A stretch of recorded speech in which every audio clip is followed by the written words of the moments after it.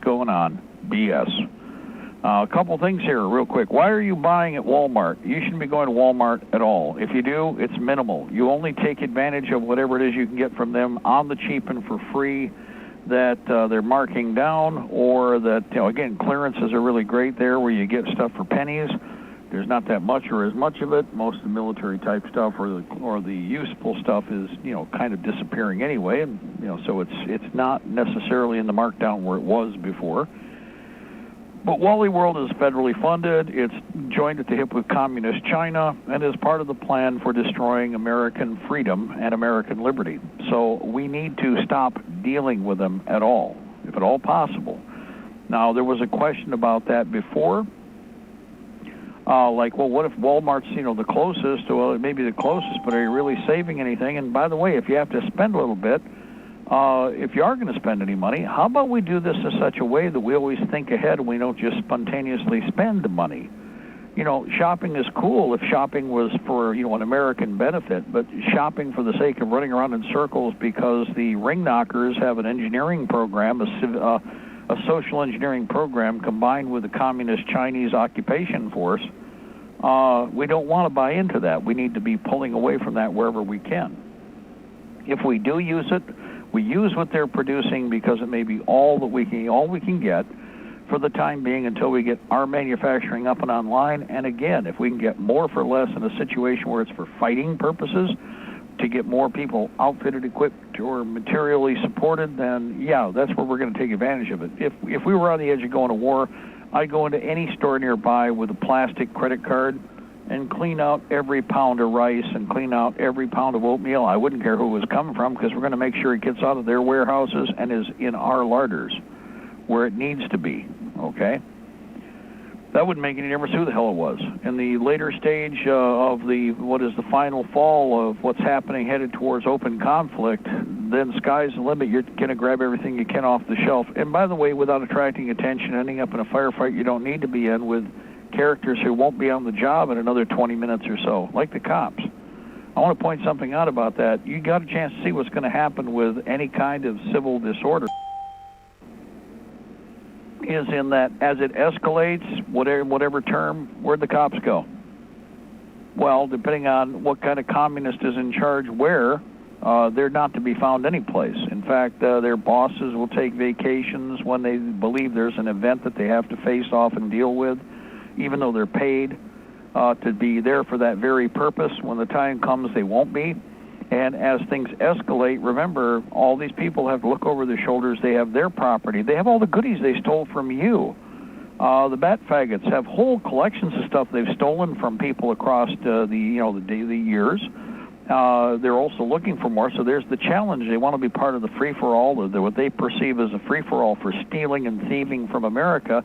Their sticky fingers will do lots of table scraping. Bat faggots, FBI, federal marshal, they're all the same. They do the same thing. They're thieves.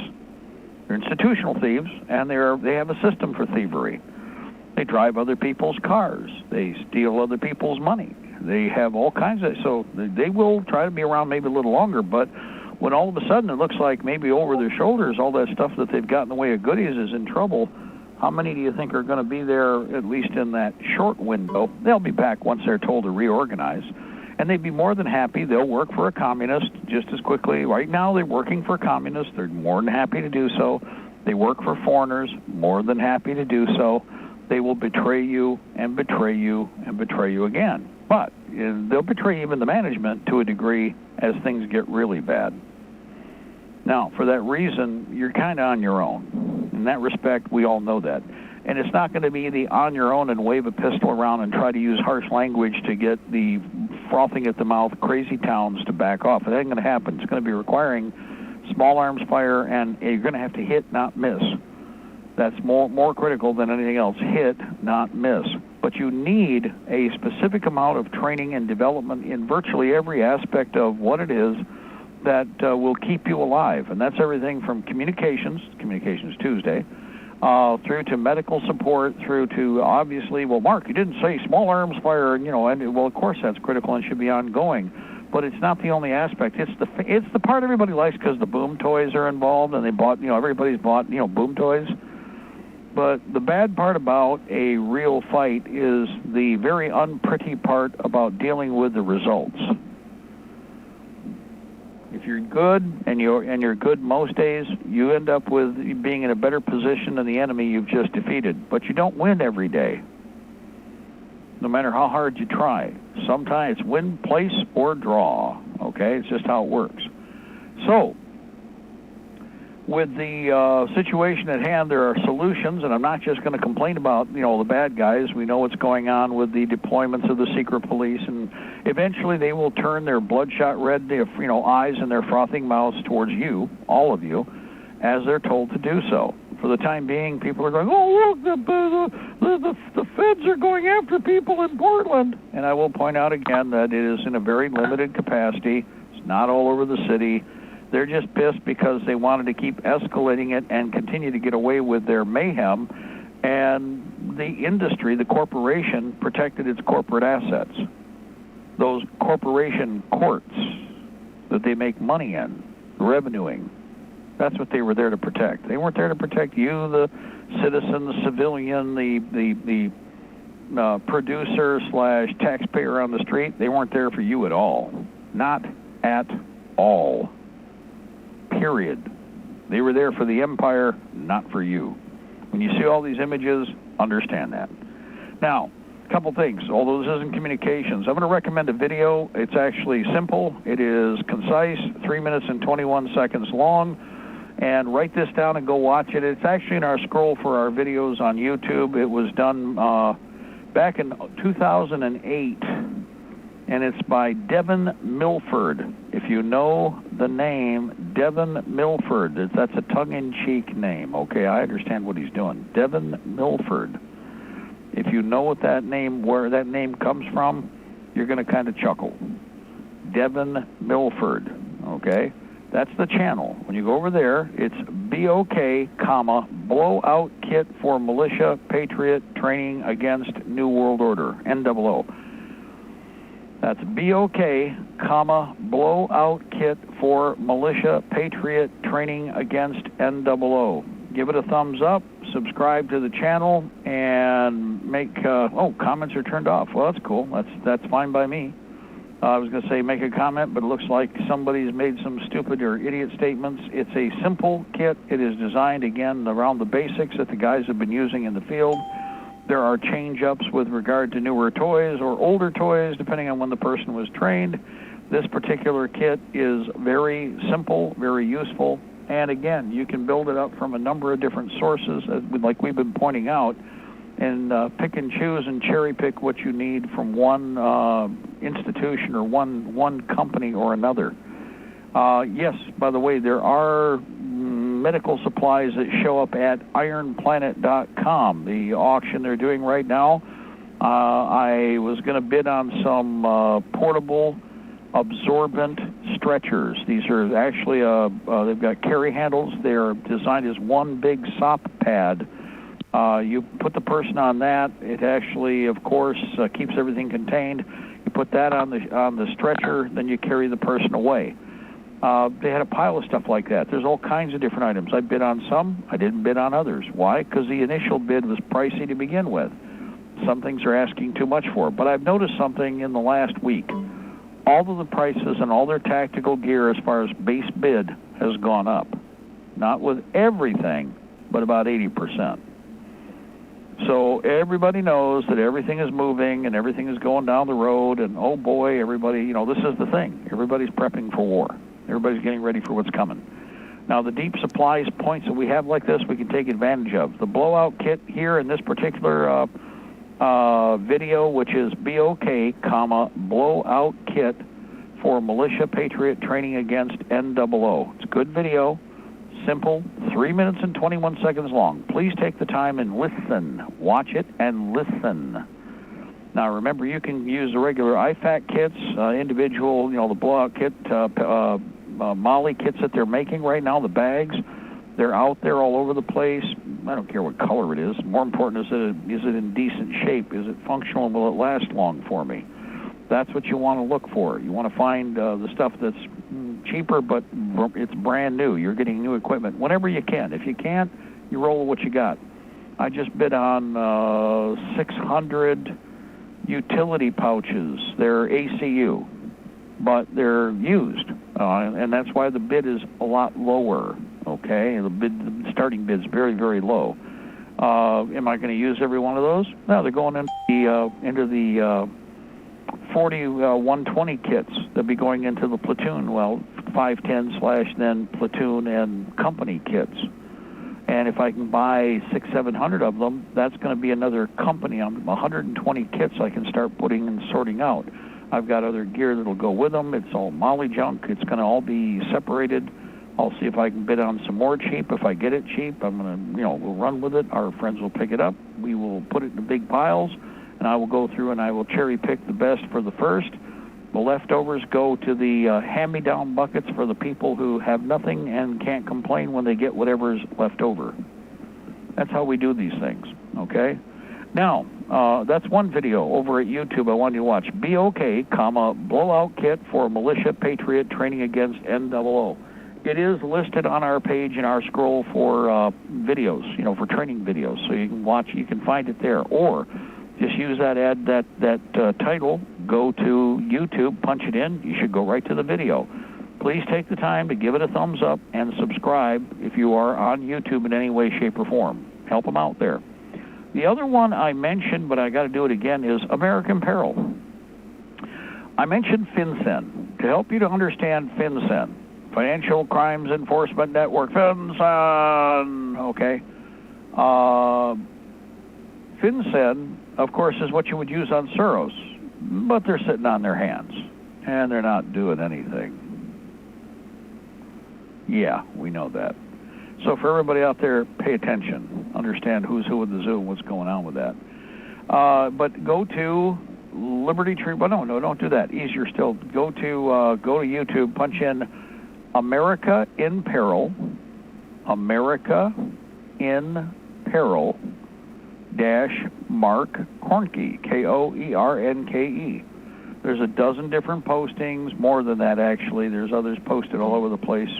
Take the time and watch the video. If you are listening and you're a new listener, maybe you just saw the posting for the address or you've listened to something else, watch America in Peril. Understand that I did that in 1993. That was done just in the middle of the Waco siege. That was done while we were trying to figure out what can we do to help the Branch Davidians.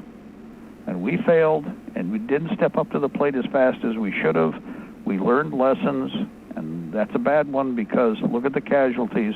Everybody should have stepped forward. We should have killed off any asshat who was willing to get in the way, and we should have saved the Branch Davidians. Period. I don't care anything about how you feel about it. I don't care anything about that.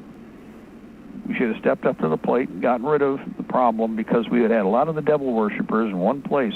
Putting a bullet on them would have been a good thing, including the foreigners that were there at Waco for the attack on the Branch Davidians.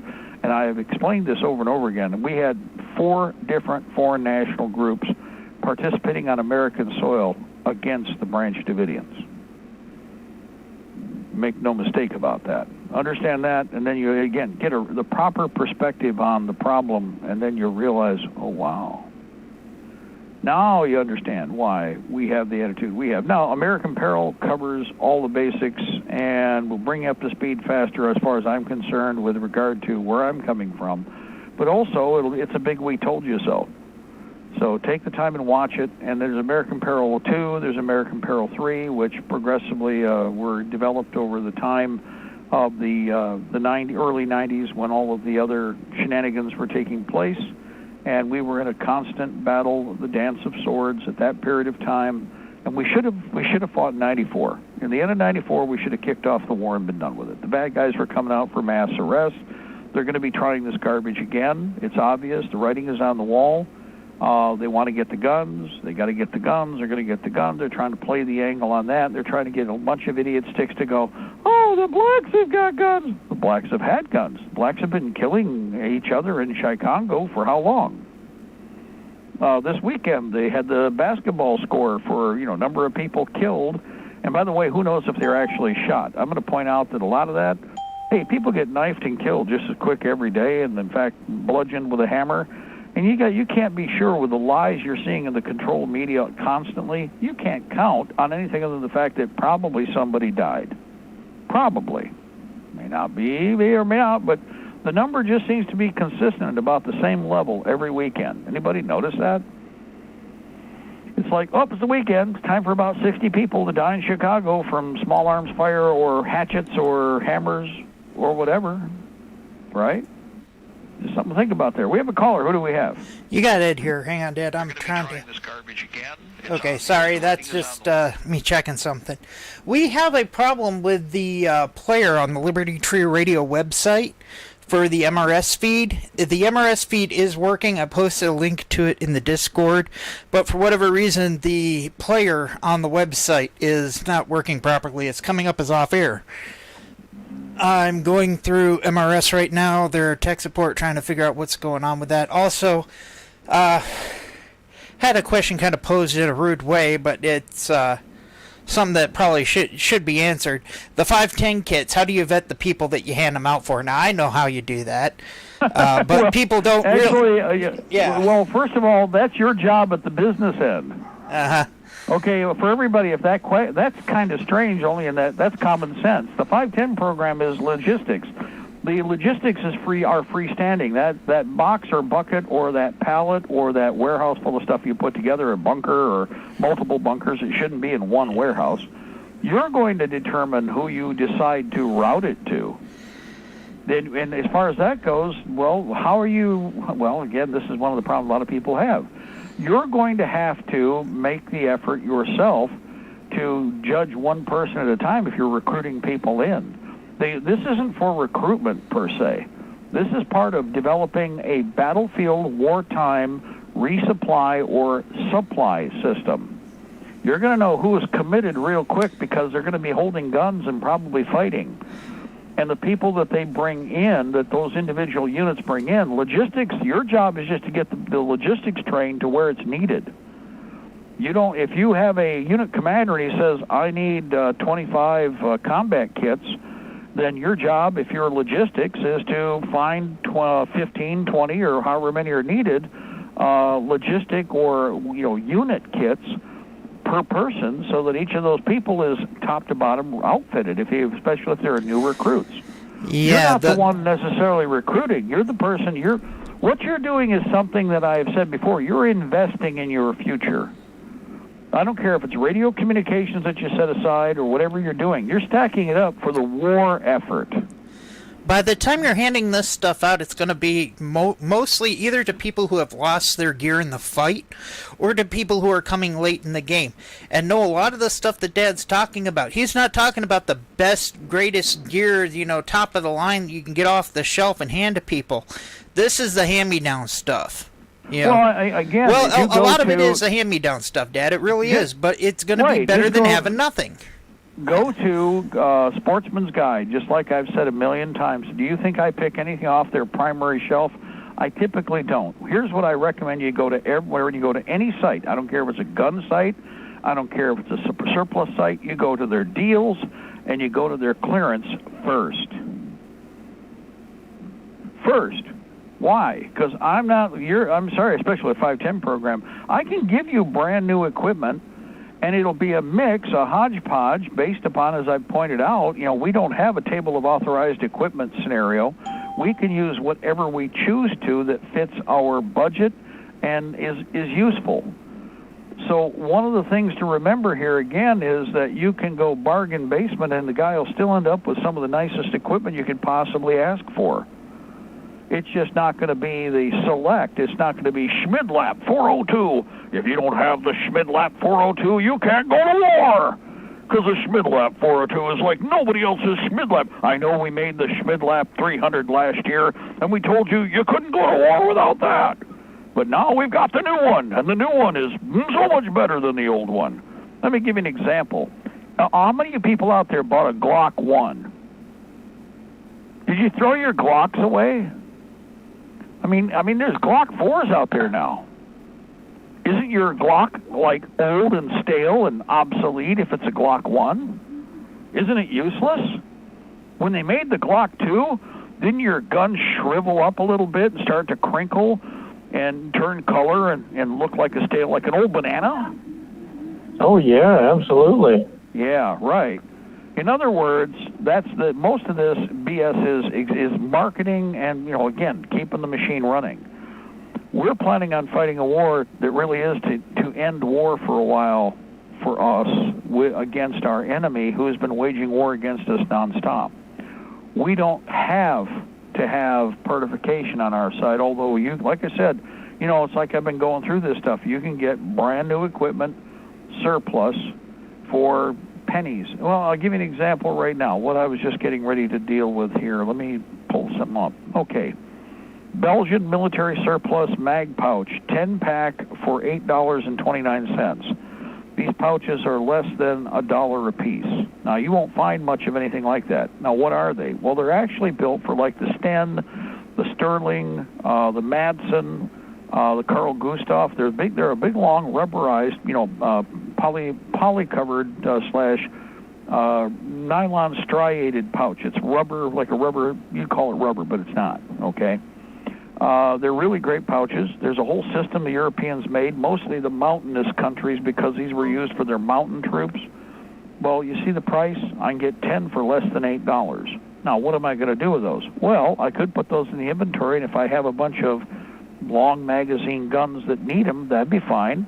But that also makes a good IV pouch for a med kit. There's any number of different things, depending on whether or not it has a subdivider in it. If it's an open pouch, then it would be used for other items. And again, like I said, it can be used for any number of things that you may improvise, including flares. On the other hand, if it is subdivided, then I need to find we have plenty of them. We have to find the proper stick mag that fits in that, and we'll orient this particular pouch towards that mission. Now, there's other items. Example, like I told you, East German military surplus utility belts. It's a pistol belt. It doesn't have eye grommets. So now I can't directly use all the old 1910 hangers, but it's a British-type belt, even though it was made in East Germany.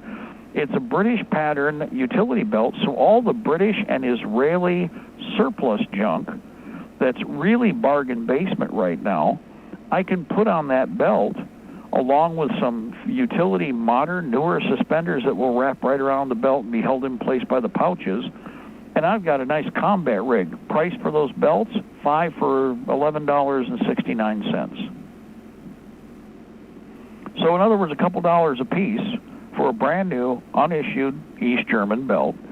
I know how to cherry pick. If you pay attention and learn about this gear, the reason I'm going to buy more of those is because they have a whole bunch of the actual suspenders that go on them. And they're camouflage. Oh, wow. But I also have all the mag pouches, the grenade pouches. I got a bunch of the Israeli grenade pouches. They'll go right on this because the East German, the British, and the last model East German, the British and the Israeli stuff that the Brits gave to them because the Jews have them by their little hanging, dangly parts too, just like they do the U.S., so they steal everything from the Brits for free. They get it for nothing. And just like they do the Germans, they steal from them. They get it for nothing. That's all that these sapsuckers are good for. That's all the parasites are good for in good old Israel. But because of that, this stuff is all interchangeable. So if I need more grenade pockets or if I need something for D-clips, for instance, for the Garand, I can find all the cross parts I need to match the guns that I have in the inventory. Because here's something I've mentioned for years.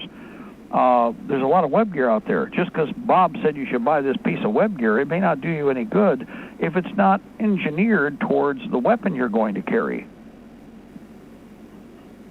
You've got to make sure that the mag pouches match the mags that you've got in the weapon.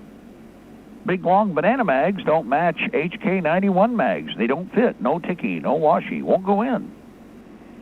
So you've got to make sure that the equipment fits. Well, this is where era equipment. Now, I'm not looking for classic / collectible and antique, because that's where Vietnam stuff is going. I used to mention a lot of Vietnam stuff. It's just like we used to mention a lot of AKs, just like we talk about everything else. Right now in weapons, there again, let's just point out what I said the other day. We've come full circle. The SKS is a $350 rifle. For $350 right now, as a semi-automatic rifle goes, it's actually the best buy on the market for the moment. ARs have gone through the ceiling, and most of you, if you have to arm more than one person, you got to buy a bunch of ammo. The AK ammo, 7.62x39, is cheaper for the time being. That won't last. The SKSs are still $350. You might, for the $250 ones, all went first, if you notice.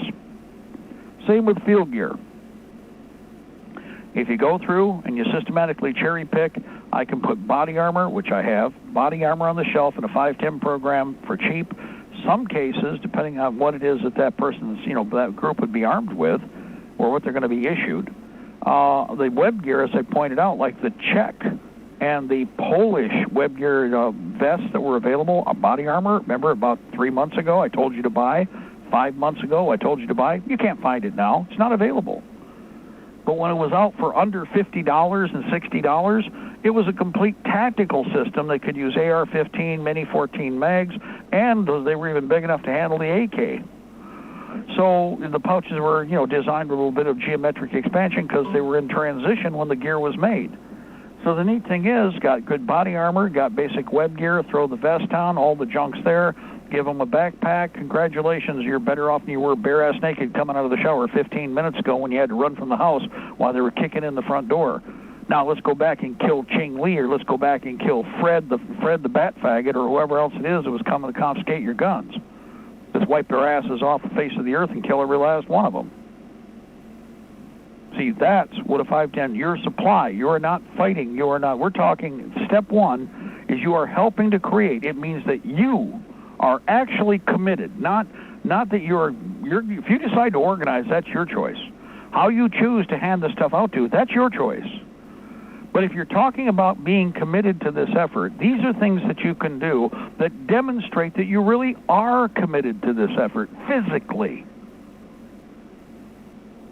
And I'm not talking about spending top dollar. And yes, as Ed pointed out, I get a lot of hand-me-down stuff, but I'll tell you what, some of that hand-me-down stuff, I was looking at the prices of some of the junk I just picked up. I'll be handing out a $500 backpack to somebody. What did I get it for? Free! Why? Because we got people with more money than brains out there. So I got this really kick-ass backpack, which I do like the looks of, but I just already have the kit that I like. It's a 70-liter pack. It's internal frame. It's got widget pockets up the butt. It's in black. I don't like that. But hey, guess what? Beggars can't be choosers. But congratulations, you wouldn't know it unless you all of a sudden got in your little laptop or something there and said, oh, they just gave me a $500 backpack. Yeah, well, I wouldn't pay $500 for it, but congratulations, you got this mountaineering backpack from Hades. In addition to bargain basement web gear, and by the way, I even threw some body armor on your arse. And you've got underpants and T-shirts, and you got socks, and you're basically clothed. It may be OD green. It's not going to be some fancy camouflage, but you're going to be clean, and you're going to be well outfitted and equipped, and you're going out onto the battlefield equally able to perform as your enemy does. Now, kill a bad guy on the other side, and you can even upgrade a little bit. This Johnny Jet Jock stuff, right from the get-go is great if you have the money, but most of you do not have the money to buy top-end, and especially if you have 4, 5, 6 family members that you at least have to get basic junk for so that they can protect themselves and participate and mutually help in the defense of what is going to be the savages and the barbarians and the government hordes, be they the Antifa hordes or the foreign troops and the cops coming for whatever they're going to steal from you, the producer, you the people that are in competition against the non-producers. Well, and the top end, you got to remember, it's top end. You take it into battle. You use it once. It gets fragged. It takes a bullet. All of a sudden, it's not top end anymore. And you're not going to be able to go out and replace it for what you paid for it, when you initially got it. If you have it, you use it for operation. It lasts you as long as it lasts you good. God bless you. More power to you. Well, not only that, but you've got last year's model. How is last year's model bad? Brand new. Example, and I've already done this. There's Molly gear. Okay, guys, Molly gear has become a glut on the market because we've been at war for 20 years in these George Orwell 1984 bullshit wars that we had no business getting into. And a good thing, we're going to benefit from, I guess, the gear to a degree, but that's mostly stolen by the Jewish mob and the shysters overseas. We're getting the leftovers. Okay. we're getting the stuff that they just slid by because they want the top-end stuff they got that was bought last year for free. But the stuff made 5 years ago, which is brand new in the box, is like I said, you're getting for less money. Now, right now, everything's going up in price. Why? Because everybody can feel the war's on edge. And so the prices have slid up. Now, there's a couple other reasons. Shipping has changed. Everything has changed. It's like everybody's living through all this, but doesn't seem to be able to absorb the idea that things have literally changed across the board. They aren't talking about it because they don't want you to think about it. If you don't think about it, it didn't happen until after it's happened, and then when you go to do what you thought you were going to do before, you find out you can't do it because everything you thought you were going to do is gone. What you were going to pick up, I was going to do this. I'll wait till the last minute. I'll do that.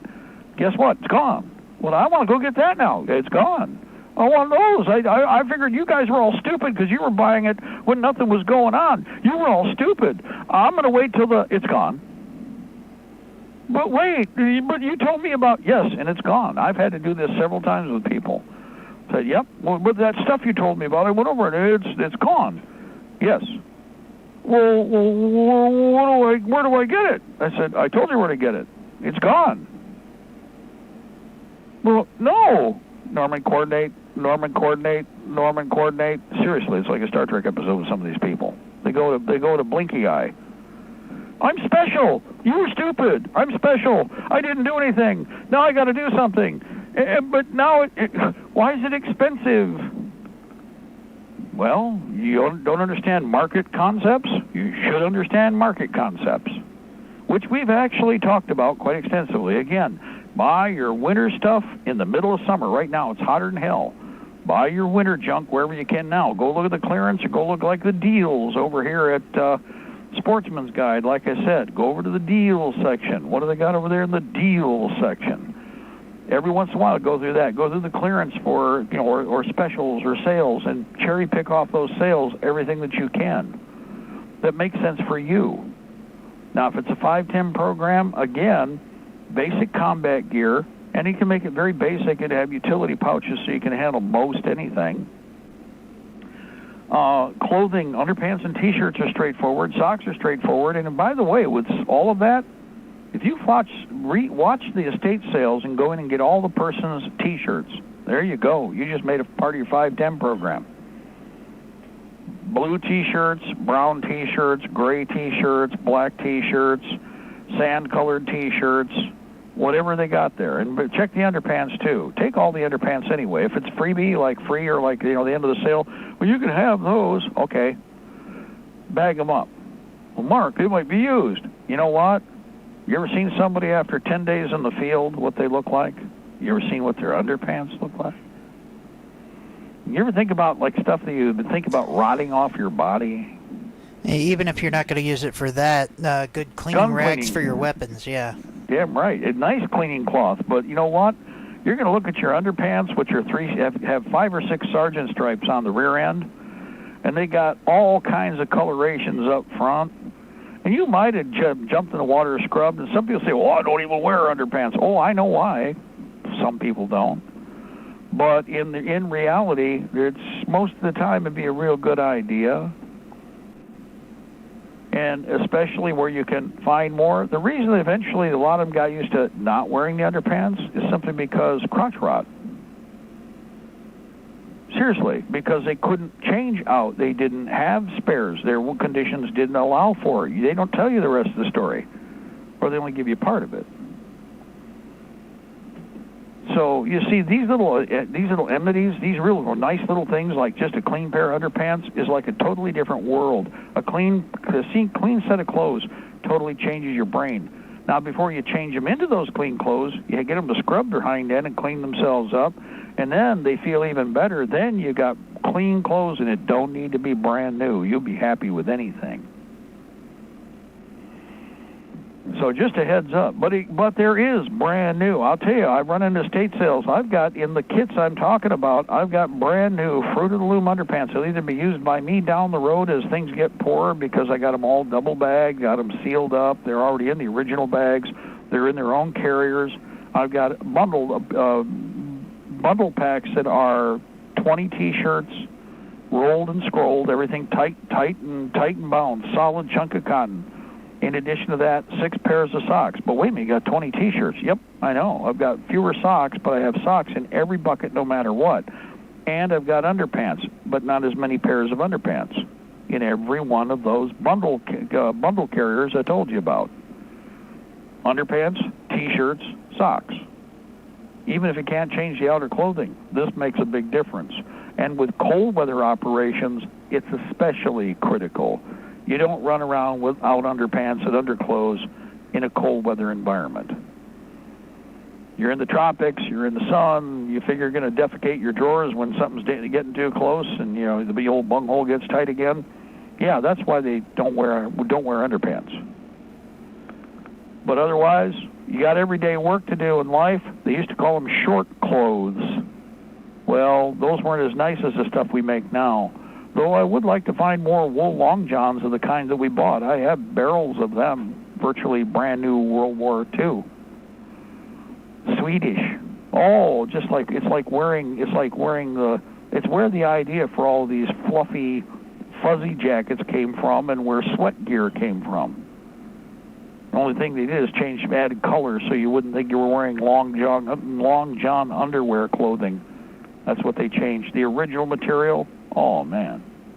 And I wear those through the winter religiously. So, next, and again, we go through the scroll, whatever you find. Not everything's a buy, not everything's a deal.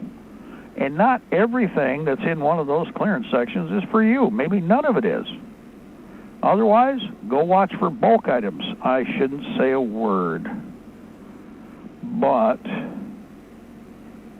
should I do this? I haven't got mine yet. There is a source. They have 50... No, I'm not going to say it until I get it. I did that I'm screwed up on the hamburgers. I can't do that. I need the Canteen Covers, but there's a deal on Canteen Covers from one source. I will probably mention it tomorrow or the next day, depending on when I can get this order in. But not until, and when I do, clear them out. But otherwise, there are bundle or pallet bin or bag deals that you can make on virtually very, very serviceable, excellent gear, but used.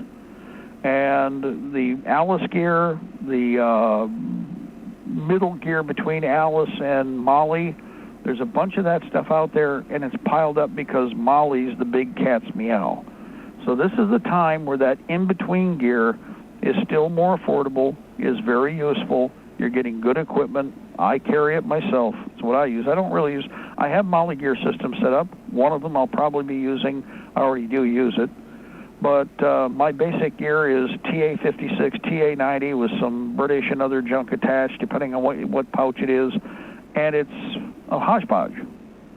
I prefer it because I like the way it sits. I'm used to it. It's second nature. I've grown into my years with this equipment to the point where if I was blind, I could go right to what I need. And instantly would know what it was I needed to do, where I needed to reach, and what it did.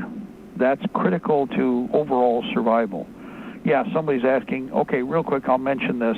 We got 15 minutes, we're good. Over at Sportsman's Guide right now, Dutch military surplus cotton crew socks, 12-pack for $10.79. I told you before, become a member over there at Sportsman's Guide. One order will pay for it when you cherry pick out of the surplus or whatever else you find that might be useful. You go through it. You might find some fishing items you need. You might find something for weapons. There's all kinds of gun stuff. I haven't even mentioned Sportsman's Guide for gun stuff, have I? But they got it all there. So you check it out. You figure out what's useful for you. I'm not living your life. I'm just trying to give you a little nudge in certain directions. Anyway, it's Dutch military surplus cotton crew socks, 12-pack new. They do have larges. I think they even have extra large. Let me double check on that. They might be out of the extra large. Nope, they got large. That's all that's left. Hey, that's rare. I've already got bundles of them. This is what I did with these. I kept the other two that I just got in the bundle. I took a foot powder pack from a foot powder container. They started getting back in over at Dollar Tree. Put one of the foot powder containers in with the bundle pack of socks. So there's one for every 12. And those go into the container right the way they are, packed the way they are. but they are excellent. I've got another batch. I was wearing a pair yesterday. They are good socks.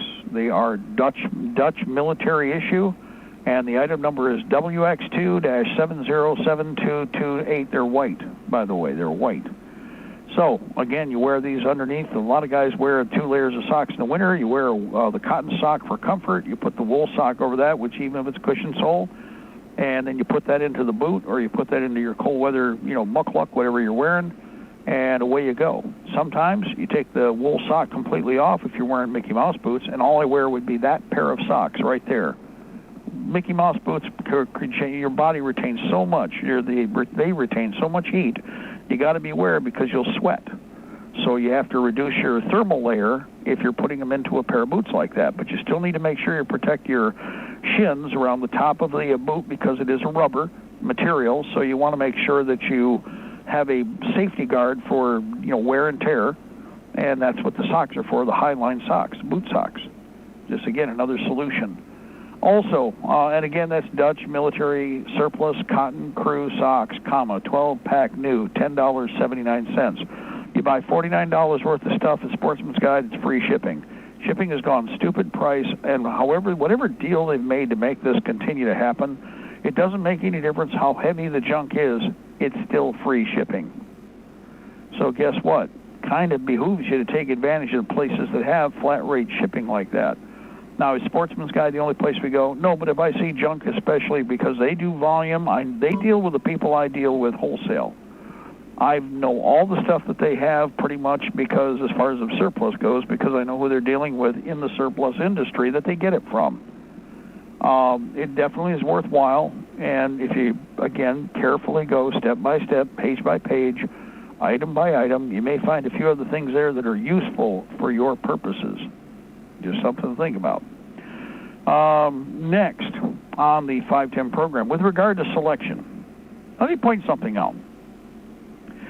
In 1775, a lot of people signed up for the militia after the war started.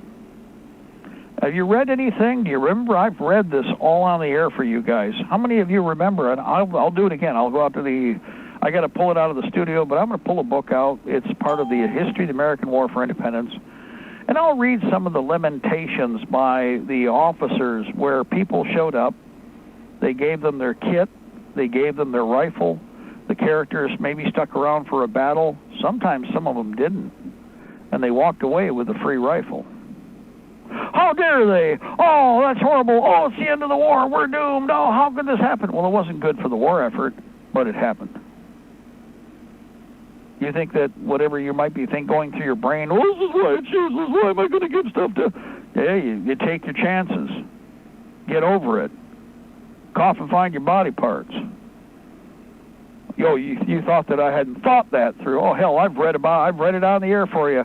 In fact, the other thing is, like I said, the gross waste of material for lack of management.